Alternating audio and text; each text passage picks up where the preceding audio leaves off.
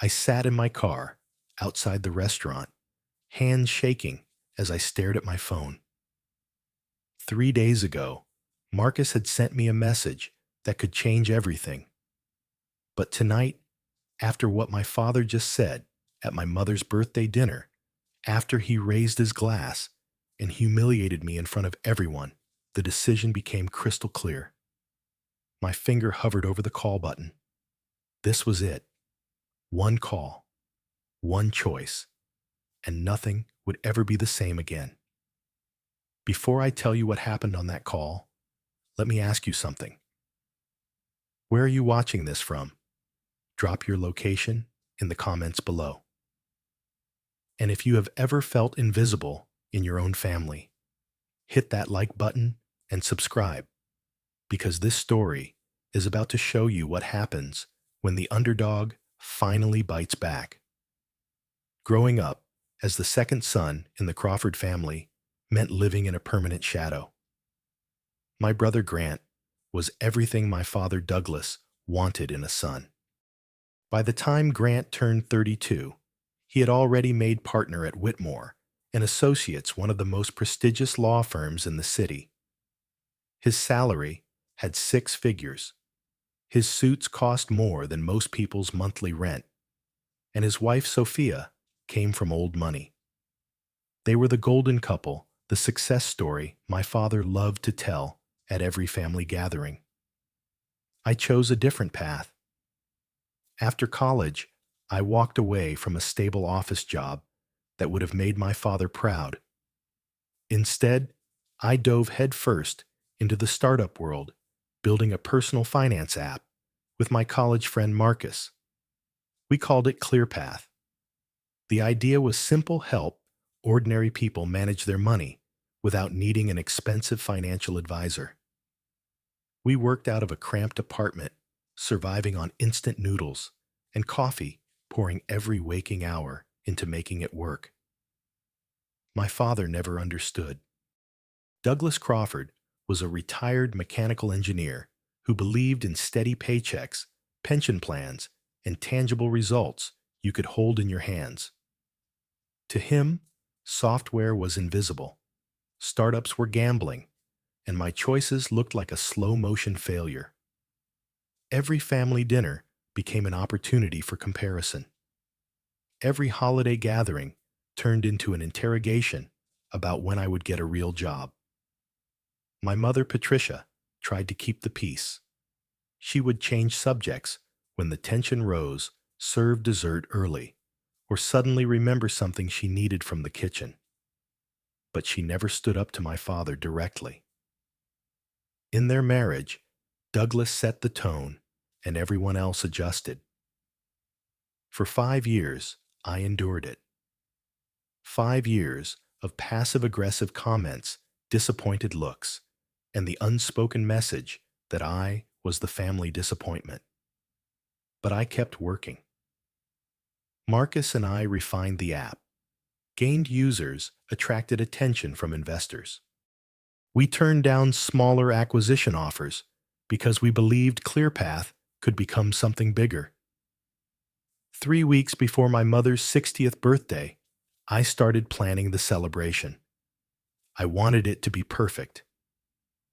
Mom had always talked about this upscale Italian restaurant downtown, the one with the terrace overlooking the river. She would point it out whenever we drove past, saying maybe someday she would eat there for a special occasion. I made the reservation 2 months in advance, booked the best table, and arranged for her favorite lemon cake from the bakery she loved across town. 3 days before the party, Marcus sent me the message that would change my life. Hunter, the deal is ready. Tech Venture wants to acquire our app for $12.5 million. We need your final approval. I stared at that message for hours. Tech Venture was not some small player. They were a major technology corporation with offices in 15 countries. This was the real deal. My share would be $6,250,000. Plus, they wanted me as their director of product development with a salary of $300,000 a year. But I hesitated, not because I doubted the offer, but because some small part of me still wanted my father's approval before I made this choice. I wanted him to see me as successful before I cashed out. Stupid, I know. After years of criticism, I still craved his validation. I decided to wait until after Mom's birthday. I would tell the family then, at a moment of celebration, and maybe finally earn my father's respect. The evening of the party arrived. I got to the restaurant 30 minutes early to make sure everything was perfect. The flowers I ordered were arranged on the table. The cake was in the kitchen. The wine I selected was chilling. Everything was ready. My parents arrived first. Mom looked beautiful in a navy dress I had never seen before. Dad wore his usual khakis and a button-down shirt, the uniform of a man who stopped trying to impress anyone decades ago. Grant and Sophia showed up 15 minutes late, apologizing about traffic, but looking completely composed as always. The dinner started well enough. Mom was delighted with the restaurant, kept saying how lovely everything was. We ordered appetizers, clinked glasses, made small talk about the weather and upcoming holidays. Grant mentioned he had just won a major case for a corporate client, something involving patent law that I did not fully understand. The firm rewarded him with a substantial bonus. Sophia chimed in about their planned trip to France and Italy next month, 3 weeks touring vineyards and staying in converted castles. I listened and smiled, waiting for my moment to share my news. But then Dad turned his attention to me.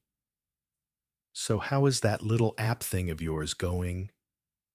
His tone was casual, but I caught the edge underneath. That dismissive phrase, little app thing, as if 5 years of my life amounted to a hobby. "It is going well, actually," I said, keeping my voice level. "We have grown our user base significantly this year." "Interesting." He took a sip of wine. "Grant just made partner at 32. What have you accomplished?" The table went quiet. Mom reached for her water glass. Sophia suddenly became very interested in her salad. Grant looked down, saying nothing. "Dad, I have built something meaningful." I started to explain. "We have helped thousands of people better understand their finances." He cut me off. "When I was your age, I already had a house and 2 cars. I was providing for a family.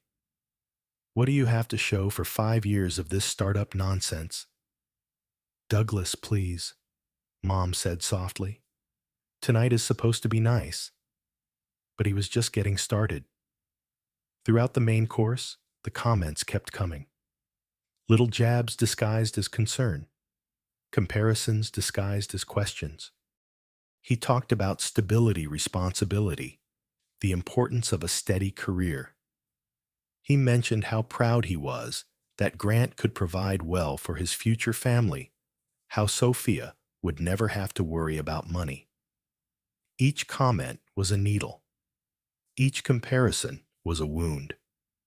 And Grant just sat there silent, letting it happen. When dessert arrived, things got worse. Grant presented his gift, first a diamond bracelet in a velvet box. The stones caught the light, sparkling like tiny stars. Mom gasped, her hand flying to her mouth. Everyone oohed and awed appropriately. Sophia beamed. Dad clapped Grant on the shoulder, pride radiating from every gesture. Then it was my turn. I pulled out the gift I had spent weeks creating, a leather-bound photo album. I had gathered pictures spanning 4 decades from my parents' wedding day to recent photos of family gatherings. Between the photos, I had written captions and memories, little stories about moments captured in each image. On the first page, I had written a letter thanking Mom for her endless patience, her quiet strength, her unconditional love. Mom opened it slowly. As she turned the pages, tears started rolling down her cheeks. She reached across the table and grabbed my hand, squeezing it tight. Hunter, this is beautiful. This is the most thoughtful thing. For a moment, I felt seen, validated, worth something. Then Dad spoke. Pictures and words. How thoughtful. But diamonds last forever. He said it with a small laugh like he was making a joke. Grant chuckled uncomfortably. Sophia looked away. Mom's grip on my hand tightened, but she did not defend me. She never did. I felt something inside me crack. The waiter brought the birthday cake. We sang. Mom blew out the candles. The moment should have been sweet, but I could barely breathe through the weight pressing on my chest. Then came the final blow. Dad stood up, wine glass in hand. I want to make a toast, he announced. Let us celebrate Patricia turning 60. 60 beautiful years. Everyone raised their glasses. Mom smiled, wiping away happy tears. Dad continued. And while we are celebrating, let us thank Grant for becoming someone this family can be proud of. For building a real career, for making smart choices, for being the kind of man who knows what success looks like. He paused. The air in the room changed. I knew what was coming before he said it. Dad turned to look directly at me. His eyes were cold, his smile sharp. And you, Hunter, for staying exactly where you belong. Silence. Then he laughed. A short barking sound that shattered whatever was left of my composure. Grant laughed too, that uncomfortable laugh of someone who knows they should object, but would rather join the winning side. Sophia stared at her plate. Other diners at nearby tables glanced over, sensing drama.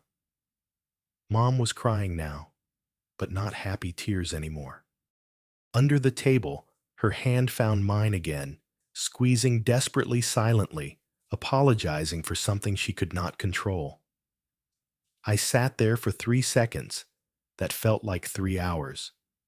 Every insult, every dismissal, every year of being treated like the family failure crystallized into one perfect moment of clarity. I stood up. My chair scraped against the floor. Everyone looked at me, waiting to see if I would explode, if I would yell, if I would finally fight back. I did not. Instead, I calmly signaled the waiter and pulled out my wallet. I will take the check, I said quietly. Hunter, you do not have to do that, Mom started. I want to. The bill came. $267 for a meal, where I had been verbally gutted. I handed over my card without looking at the total. Signed the receipt. Added a generous tip because the waiter did not deserve to suffer for my family's dysfunction. I stood and walked to where Mom sat. I kissed her forehead gently. Happy birthday, Mom, I whispered. I love you. Hunter, wait. Grant called out, his voice, finally finding strength now that it was too late.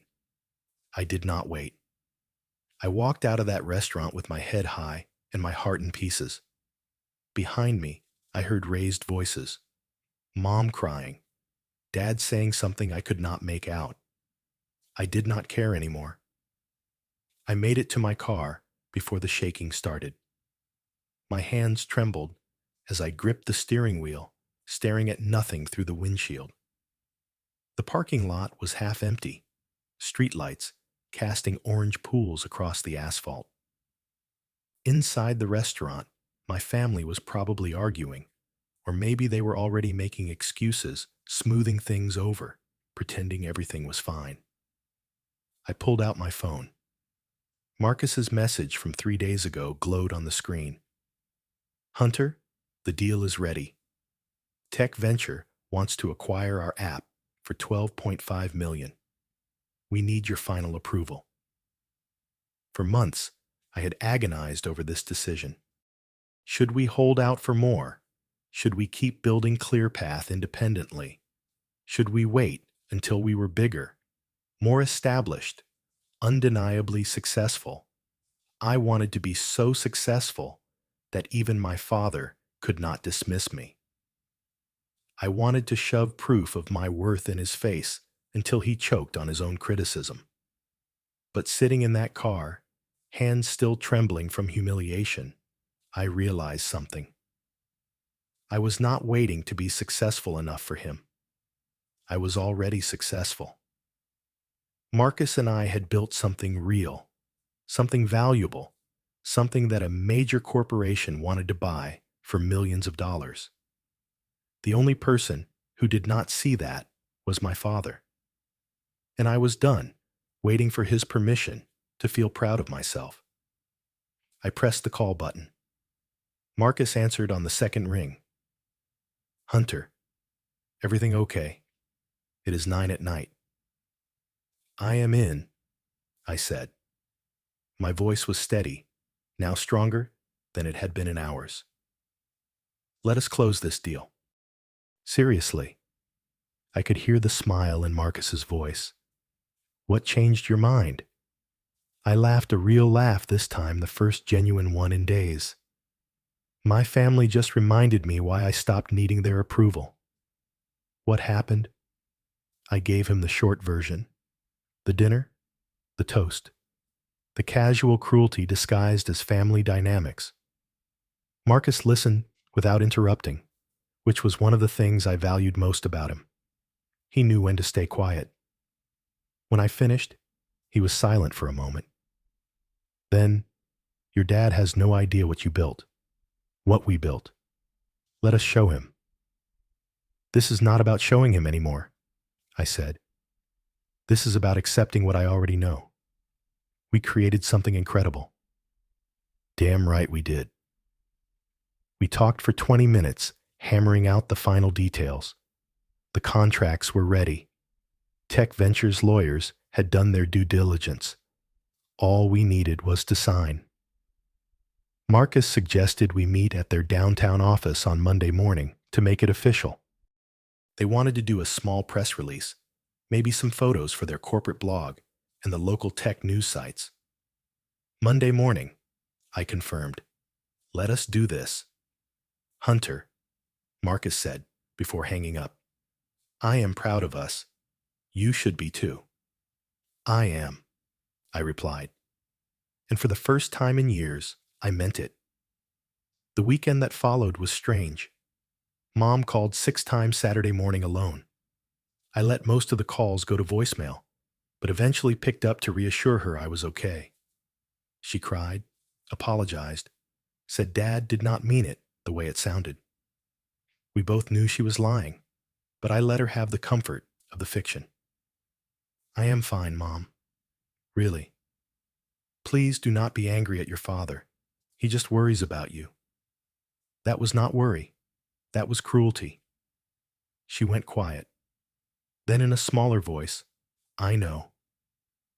Grant texted Saturday afternoon. A long message full of apologies and excuses. He was sorry for not speaking up. He was sorry for laughing. He was caught off guard. Dad put him in an awkward position. On and on. I read it once and did not respond. Dad did not call, did not text. That told me everything I needed to know. Monday morning arrived.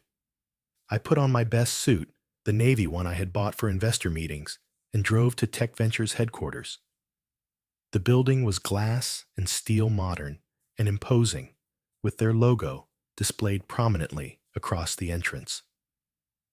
Marcus met me in the lobby, wearing a grin so wide I thought his face might split. "Ready to be a millionaire?" he asked. "Ready to be done building in the shadows," I corrected. The signing took 2 hours. Lawyers on both sides reviewed documents, explained clauses, ensured everything was legally sound.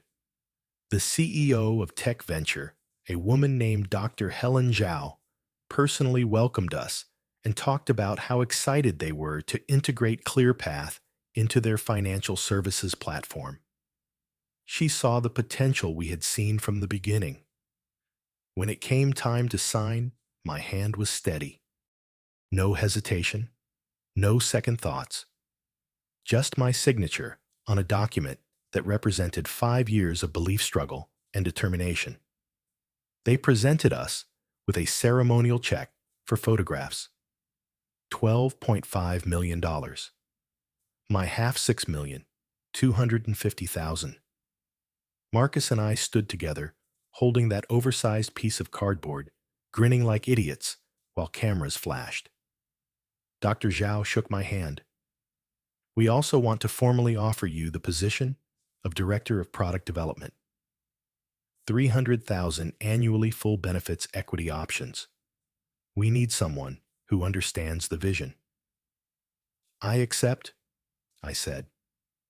By Monday afternoon, the press release went out.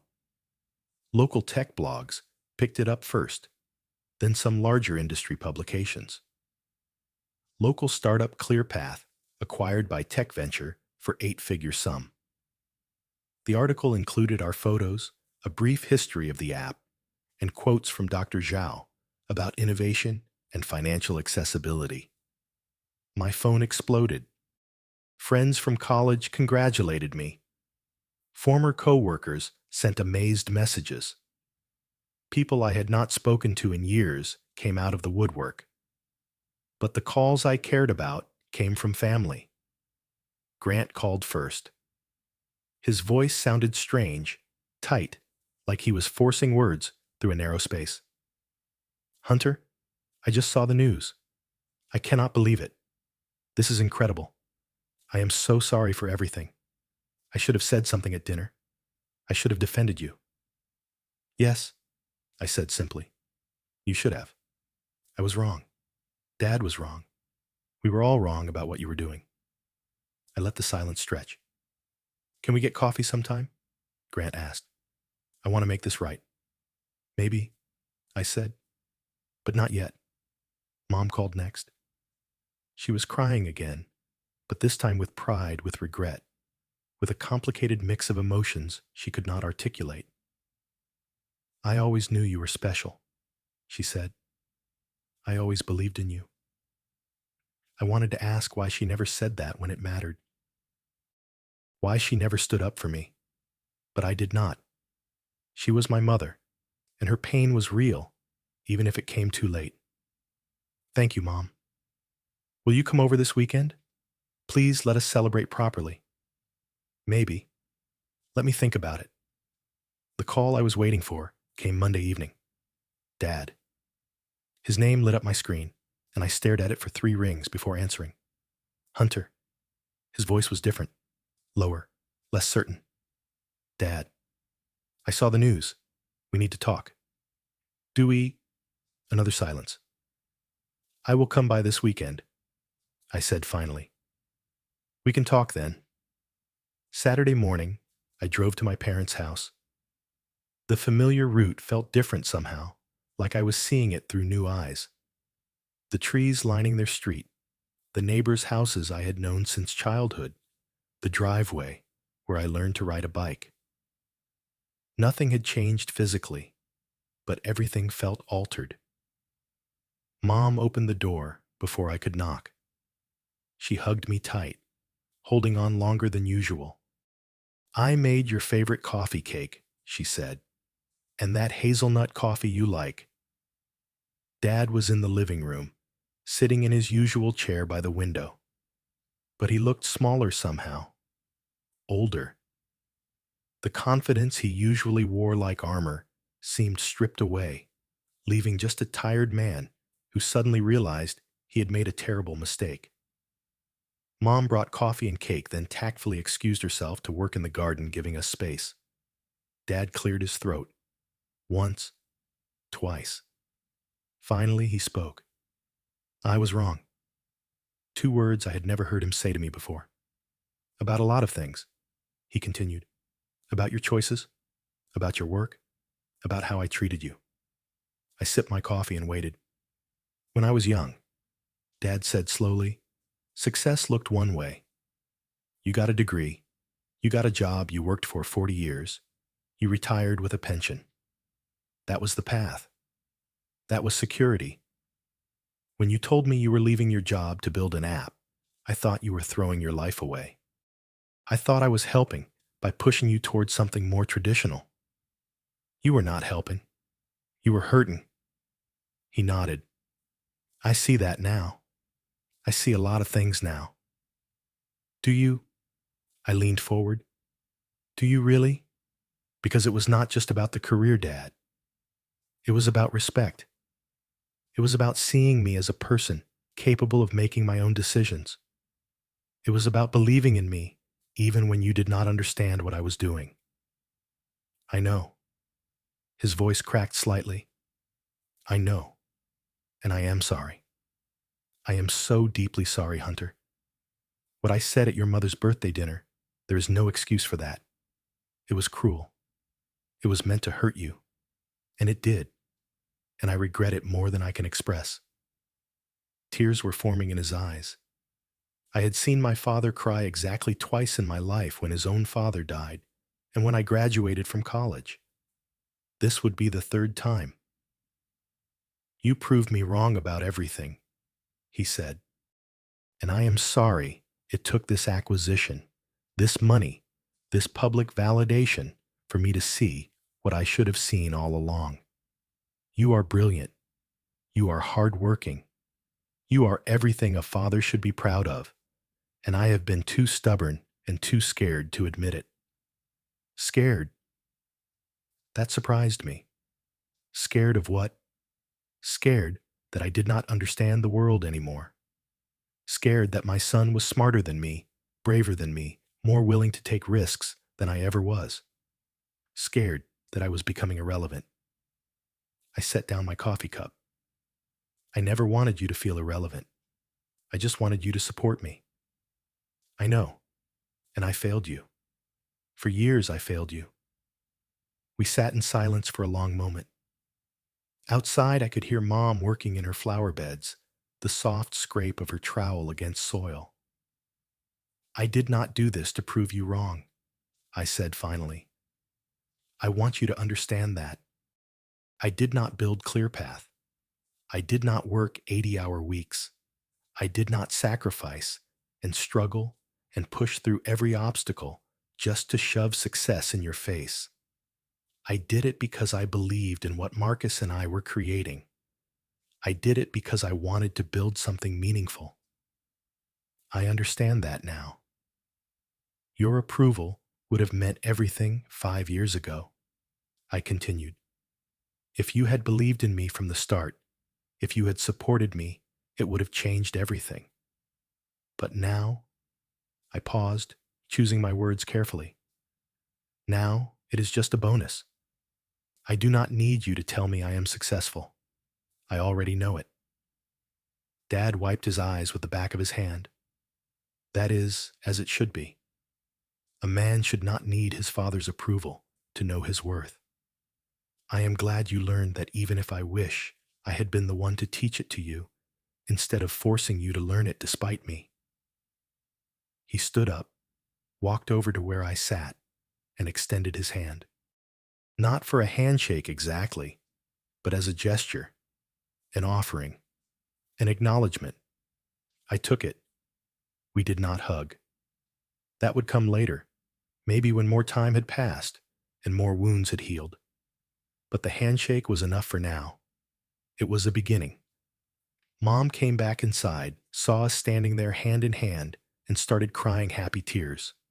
She hugged us both, creating an awkward, three-person tangle of limbs and emotions. I am so proud of both my boys, she said. I stayed for another hour. We talked about the acquisition, about my new role at Tech Venture, about the future.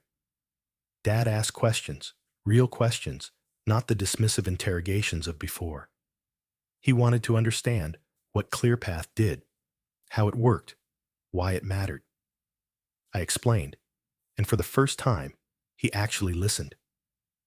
Before I left, he said one more thing.